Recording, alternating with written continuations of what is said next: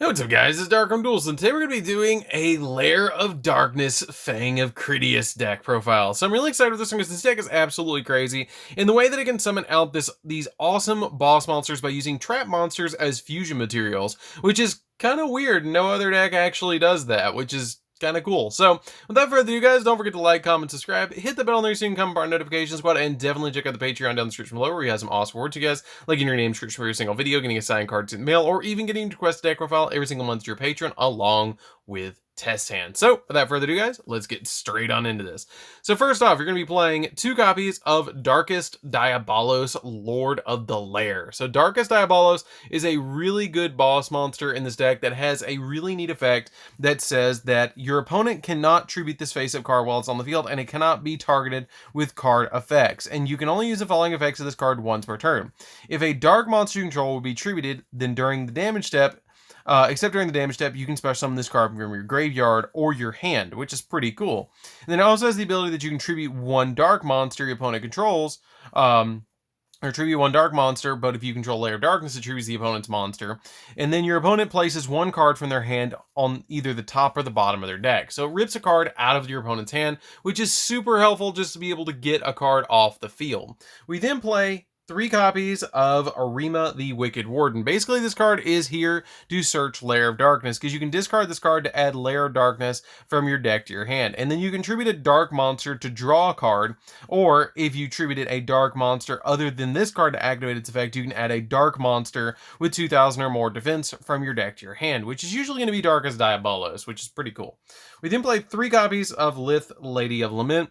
Lith, Lady of Lament is really good in this deck too, because she lets you tribute herself or tribute another dark monster to reveal 3 trap cards in your deck, and your opponent randomly chooses 1 and you set it to your field and you shuffle the rest back in the deck. So she basically searches any trap card that you particularly need, which is super helpful for the deck. We then play a single copy of Malice, Lady of Lament, which you just really need 1 copy of her. She helps you recover trap cards by tributing 2 monsters. Then you get to target 1 of your normal traps that's banished or in your graveyard and set that target, but place it on the bottom of the deck when it leaves the field. So it basically gives you 2 uses out of it, which is pretty helpful. We then play 3 copies of Tour Guide of the Underworld. Tour Guide is really helpful in this deck because Tour Guide, upon normal summon, can special summon a level 3 fiend monster from your hand or deck, but its effects are negated while it's on the field, and it can't be used as synchro material, which is fine because you don't really synchro summon this deck anyways.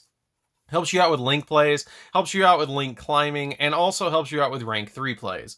We then play a single copy of Sangin, because Sangin can literally search just about any card in the deck, and says if this card is sent from the field to the graveyard, you get to add 1 monster with 1500 attack or less from your deck to your hand, but you cannot activate cards or effects of cards with the same name for the rest of the turn, which is not that big of a deal. It's just a really good card overall, just to search you cards out of the deck. We then play a single copy of Skarm, Malabranch of the Burning Abyss. This card is really good because during the end phase of this card was sent to the graveyard, then you get to add a level 3 dark fiend monster from your deck to your hand, which can be Lith, Malice, Tour Guide, or Sangin, or the or any of those particular cards that you need, which is super helpful.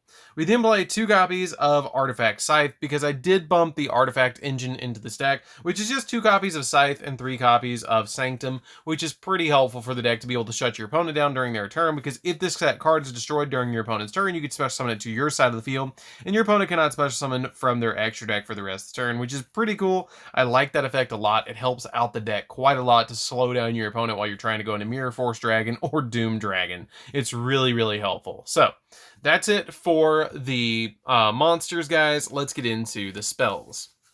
So for the spells, we're going to be playing 3 copies of Lair of Darkness because it's the single best spell in the entire deck outside of the Fang of Critias. So what this card does is it makes everything dark, which is pretty cool. I like that effect to make everything dark. It also lets you once per turn, if you attribute a monster you control to activate a card effect, you can attribute 1 dark monster your opponent controls instead.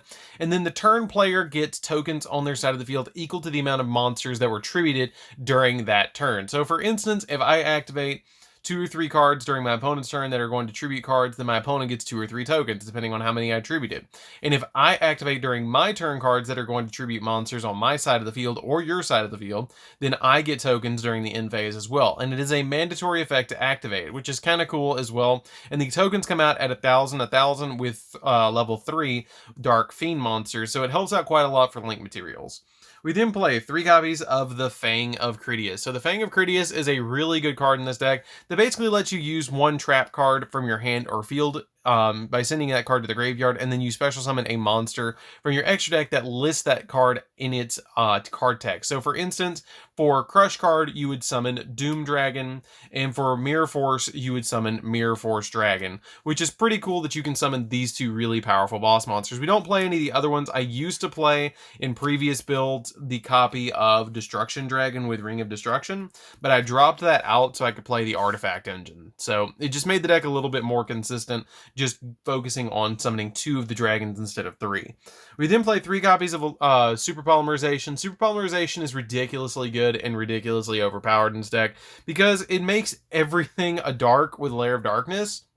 And when you play Super Polymerization in this deck, you basically get to use your opponent's entire field to fusion summon Starving Venom Fusion Dragon or the level 9 Predaplant that takes 3 dark monsters, which is really funny to be able to do.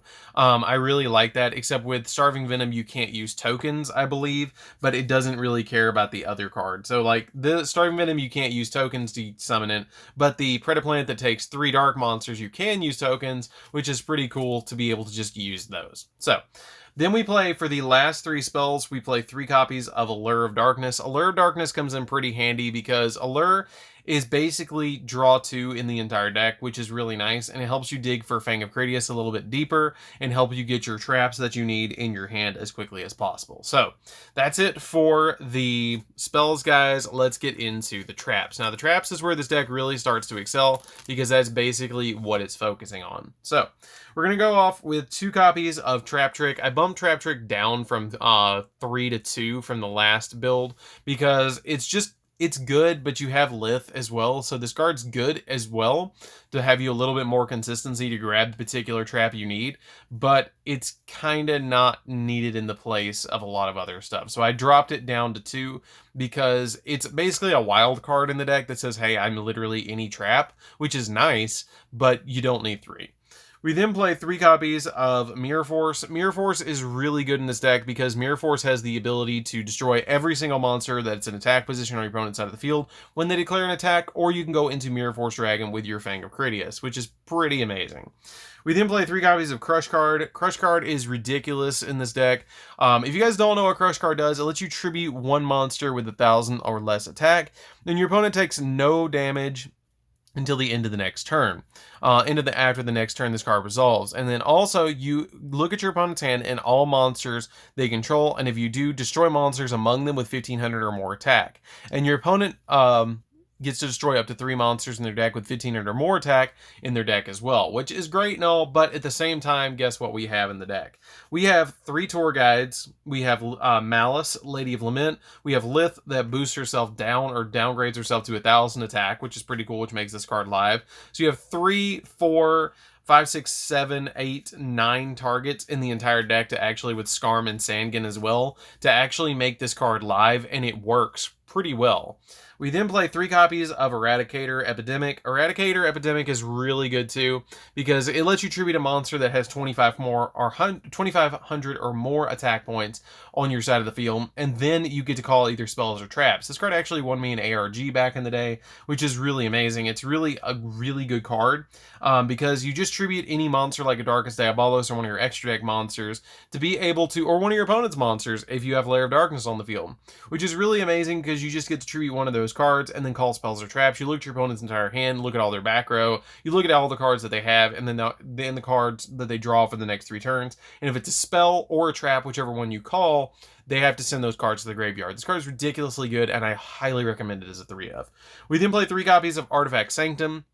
Artifact Sanctum helps out a lot in this deck because you just flip this card to be able to special summon your Artifact Scythe onto your side of the field. So basically it's a free monster, and special summoning Artifact Scythe during your opponent's turn is really helpful because it will basically lock your opponent out of their entire extra deck. So you can lock them out of their extra deck, you can lock them out of spells or traps, and you can lock them out of anything that has 1,500 or more attack, which is pretty cool. And if you don't have Crush card, you can always use Mirror Force if they do attack you to be able to stop the attack. And it's really old school, so a lot of people don't expect it in this deck, so it's kind of weird. So that's it for the traps, guys. Let's get into the extra deck. So for the extra deck, we're going to be playing 2 copies of Doom Dragon. This card is really good in the extra deck and a really good card in the entire deck because it has the ability of basically old Crush card effect that if this card is special summon, you look at your opponent's hand and all monsters they control and all the cards they draw until the end of their 3rd turn after this card was activated, and you destroy all the cards with 1500 or more attack. So it's a really good card. I really love playing this card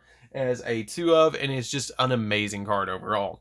We then play 2 copies of Mirror Force Dragon. Mirror Force Dragon is really good too, because that when an opponent's monster you control, or when a monster you control is targeted for an attack, or by an opponent's card effect, then you destroy all cards your opponent controls. It's like, nope, you're going to do anything to my cards at all, I'm going to destroy everything you have, which is great.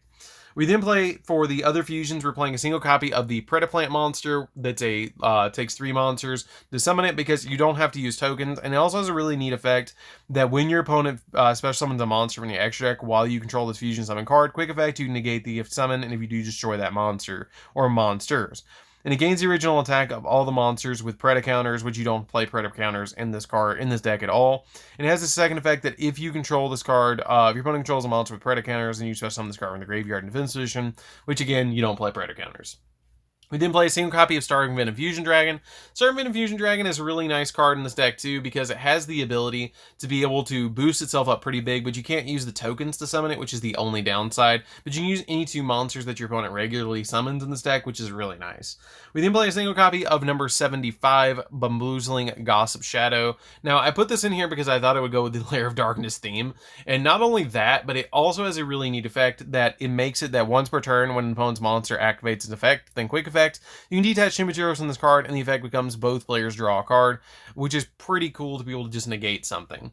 Then we play a single copy of Access Code Talker because it gives us additional pops, Appaloosa, which is really good just to be able to give you additional negations on the field, Unicorn to be able to spin stuff, Phoenix to pop spells and traps, Beat Cop because you can use it to summon, you can use this card with tokens to summon this card really easily, IP Masquerena because you can use this card again with tokens because it takes 2 non-link monsters, you can use any 2 tokens on your side of the field to summon this card, Cross Sheep because you do fusion summon quite a bit in this deck, and then Predaplant Verte Anaconda because Anaconda is really good and it wants Bun Sun, and you can use it with Super Polymerization to be able to go directly into the Predaplant fusion monsters or the copy of Starving Venom. Depends on the field that your opponent has. So that's it for the deck, guys. I hope you did enjoy it. It's a really cool, fun deck to play around with. I really enjoy playing with Lair of Darkness. I think it's probably one of the more interesting decks that I've built, where you're actually focusing on actively summoning 2 of Kaiba's really awesome like fusion monsters during the Waking the Dragon arc,